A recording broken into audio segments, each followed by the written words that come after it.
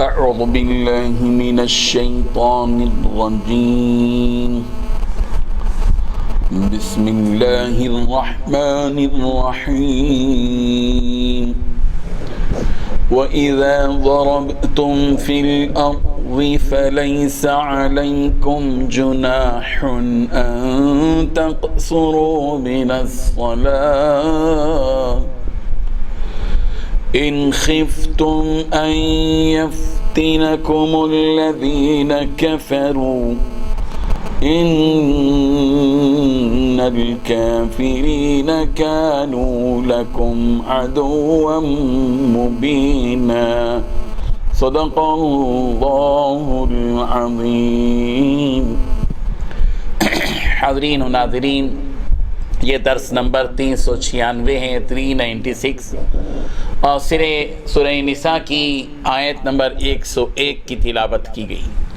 لفظی ترجمہ دیکھیے کہ وَإِذَا، اور جب، ضربتم، تم سفر کرو، فی الارض، زمین میں، فلیس علیکم، تو تم پر نہیں ہے، جناح، کوئی گناہ، کہ ان تقصروا، کہ تم قصر کرو، من الصلاۃ، نماز میں، ان اگر خفتم، تم ڈرو اس بات سے کہ ان یفتنکم، کہ تمہیں فتنے میں ڈال دیں گے، الذین، وہ لوگ جنہوں نے کفروا، کفر کیا، ان الکافرین، بے شک کافر، کانو، ہیں، لکم، تمہارے لیے، عدوا مبینا، دشمن ظاہر.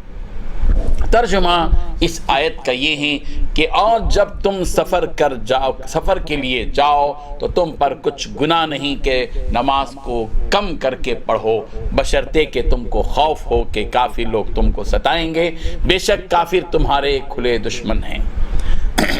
بزرگان محترم، اس آیت میں دو باتیں بتلائی گئی ہیں.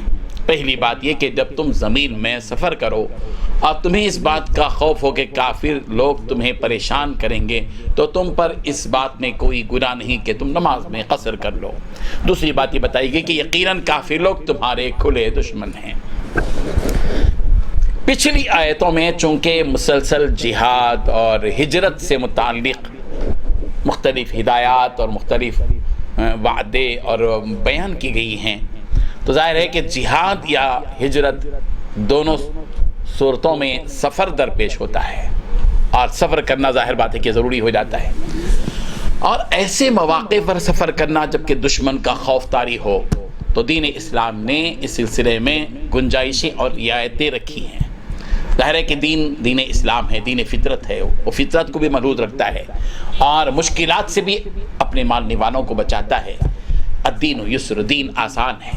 اور پھر اللہ تبارک و تعالیٰ نے قرآن مجید میں یہ بات بھی بتائی کہ لا یکلف اللہ نفسا الا وسعہا، اللہ تبارک و تعالیٰ کسی کے اوپر بھی بوجھ نہیں ڈالتے، اس کو مکلف نہیں کرتے، مگر اتنا ہی مکلف کرتے ہیں جتنی کہ وہ طاقت رکھتا ہے، جتنی استطاعت اس کے پاس موجود ہے. طاقت کے بقدر ہی مکلف بنایا جاتا ہے، طاقت سے زیادہ بوجھ اسلام کسی پر نہیں ڈالتا. یہ وجہ ہے کہ اگر ہم قرآن مجید کا مطالعہ کریں گے تو ہم کو یہ بات ملے گی کہ روزے کے سلسلے میں کہا گیا کہ تم میں سے کوئی بیمار ہو، مسافر ہو، عدت من ایام اخر، ان دنوں میں روزہ چھوڑ دے اور بعد میں اس کی قضا کرے. اس قسم کے احکامات موجود ہیں. بالکل اسی طریقے سے یہاں بھی اللہ تبارک و تعالیٰ نے وسعت کی بات کہی ہے کہ جب تم زمین میں سفر کرو تو سفر کی حالت میں تمہارے لیے یہ گناہ نہیں کہ تم نماز میں قصر کرو. قصر کے کیا معنی ہیں؟ قصر کے معنی ہیں کہ جو نمازیں 4 رکعت والی ہیں، مثلا ظہر، عصر، عشاء، یہ 4 رکعت والی جو نمازیں ہیں، اس میں بجائے 4 رکعت کے سفر کی حالت میں 2 رکعت پڑھی جائیں. 4 رکعت کو 2 رکعت کر کے پڑھنے کا نام سفر کی حالت میں قصر ہے. اسی کو قصر کہا جاتا ہے. ان تقصروا من الصلاۃ کا لفظ قرآن مجید میں استعمال کیا گیا کہ تمہارے لیے کوئی حرج نہیں کہ تم جو ہے نماز میں قصر کر لو. ظاہر ہے کہ فجر کی نماز میں 2 رکعت فرض ہوتے ہیں، 2 رکعت سنت ہوتی ہے، تو اس میں، اور اسی طریقے سے ظہر کی نماز میں 4 رکعت سنت ہوتے ہیں، پھر 4 رکعت فرض ہوتے ہیں، پھر 2 رکعت سنت. عصر کی نماز میں 4 رکعت جو ہے فرض ہے اور 4 سنت غیر مؤکدہ ہے۔ مغرب کی نماز میں 3 رکعت فرض ہے، 2 رکعت سنت ہے۔ عشاء کی نماز میں 4 رکعت سنت غیر مؤکدہ ہے، پھر 4 فرض ہے، 2 سنت ہے، اور وتر کی نماز۔ سفر کی حالت میں اس بات کی گنجائش دی گئی ہے کہ تم فرض نمازیں جو 4 رکعت والی ہیں، ان 4 رکعت والی نمازوں کو صرف 2 رکعت نماز پڑھ لو۔ اس بات کی گنجائش دی گئی ہے یعنی سفر کی حالت میں۔ اور سفر جو ہوتا ہے وہ سفر شرعی جو ہوتا ہے وہ 48 میل ہوتا ہے، تقریباً 80 سے زائد کلومیٹر کا معاملہ ہی ہوتا ہے۔ تو جو سفر شرعی ہوتا ہے، آدمی اتنی نیت، اس قدر نیت کے ساتھ اپنے گھر سے نکلتا ہے، تو آبادی سے نکلنے کے بعد آدمی مسافر ہو جاتے ہیں۔ جیسے آدمی نکل رہا ہے حیدرآباد سے کرنول جانا چاہتا ہے، ظاہر بات ہے کرنول کی مسافت وہ سفر شرعی ہے، اتنی دور ہے، تو ظاہر بات ہے کہ اب آدمی اپنے گھر سے، اپنی شہر کی آبادی سے، حیدرآباد کی آبادی سے نکلے گا تو اب وہیں سے وہ مسافر ہو جائے گا۔ 12 بجے آدمی دوپہر میں نکلا، ظاہر بات ہے کہ اب راستے ہی میں ہے، ابھی کرنول اس کی منزل نہیں آئی ہے، لیکن چونکہ اس نے 48 میل کے سے زیادہ کے فاصلے کی نیت کر کے اپنے آبادی سے نکلا ہے، تو اب ظہر کی نماز جہاں بھی وہ پڑھے گا وہ قصر پڑھے گا۔ بہرحال یہ مسائل، ان مسائل کو ذہن میں رکھنا چاہیے۔ رہی بات یہ کہ سفر کی حالت میں جو سنتیں ہیں وہ سنتیں ادا کریں گے نہیں ادا کریں گے، اس سلسلے میں یہ بات لکھی گئی ہے کہ اگر آدمی جلدی میں ہو اور سواری بھی نکلنے والی ہو اور موقع نہ ہو تو صرف فرائض پر اکتفا کرے، اور اگر اطمینان ہو، سکون ہو، تو ایسی صورت میں وہ سنتیں بھی ادا کر سکتا ہے۔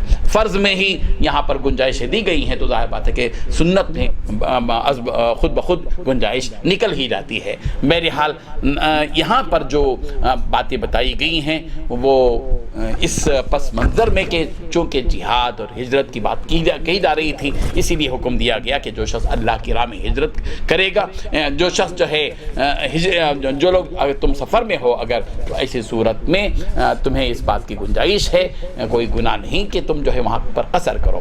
اس سے معلوم ہوا کہ جو آدمی سفر کی حالت میں اس کو قصر ہی کرنا چاہیے۔ وہاں یہ نہیں کہنا چاہیے کہ میں سفر میں ہوں مگر میں متقی آدمی ہوں، میں بجائے جو ہے قصر کے میں پوری پڑھوں گا، 4 رکعت پڑھوں گا، یہ تقوی کی بات نہیں ہے۔ حکم دیا گیا ہے، یہی وجہ ہے کہ ایک صحابی نے نبی کریم حضرت محمد رسول اللہ صلی اللہ علیہ وسلم سے اس سلسلے میں بات کہی کہ یہ سفر کی حالت میں کیا ہم پوری نماز پڑھ سکتے ہیں؟ تو اللہ کے رسول صلی اللہ علیہ وسلم نے فرمایا کہ یہ اللہ تبارک و تعالیٰ کی طرف سے صدقہ ہے، اللہ تعالیٰ کی طرف سے صدقہ ہے، اس لیے تم جو ہے پوری نماز جو ہے قصر ہی پڑھو۔ یہ اللہ تعالیٰ کی طرف سے گنجائش دی گئی ہے، یہ ایک صدقہ ہے، جب اللہ تعالیٰ کی طرف سے رعایت دی گئی ہے تو تم اس کا استعمال کرو۔ بہرحال اللہ تبارک و تعالیٰ ہم سب کو اس حقیقت کو سمجھنے کی توفیق عطا فرمائے۔ وہ حدیث بھی ذہن میں رکھ لیجیے کہ حضرت یعلا بن امیہ نے حضرت عمر رضی اللہ عنہ سے عرض کیا کہ اللہ تعالیٰ نے تو یوں ارشاد فرمایا کہ انہیں آیت سے معلوم ہوتا ہے کہ کافروں کی طرف سے خوف ہو تو وہ تمہیں فتنے میں ڈال دیں گے، اب تو خوف نہیں ہے، امن و امان ہو گیا ہے، تو کیا ہم پوری نماز پڑھ لیں؟ تو حضرت عمر نے فرمایا میں نے یہی سوال رسول کریم صلی اللہ علیہ وسلم سے کیا تھا، آپ صلی اللہ علیہ وسلم نے فرمایا کہ یہ اللہ تعالیٰ کی طرف سے تم پر صدقہ ہے، لہٰذا اللہ کا صدقہ قبول کرو۔ مسلم کی یہ روایت ہے۔ اللہ تعالیٰ ہمیں ان حقائق کو سمجھنے کی توفیق عطا فرمائے۔ وآخر دعوانا الحمدللہ۔ لا إله إلا الله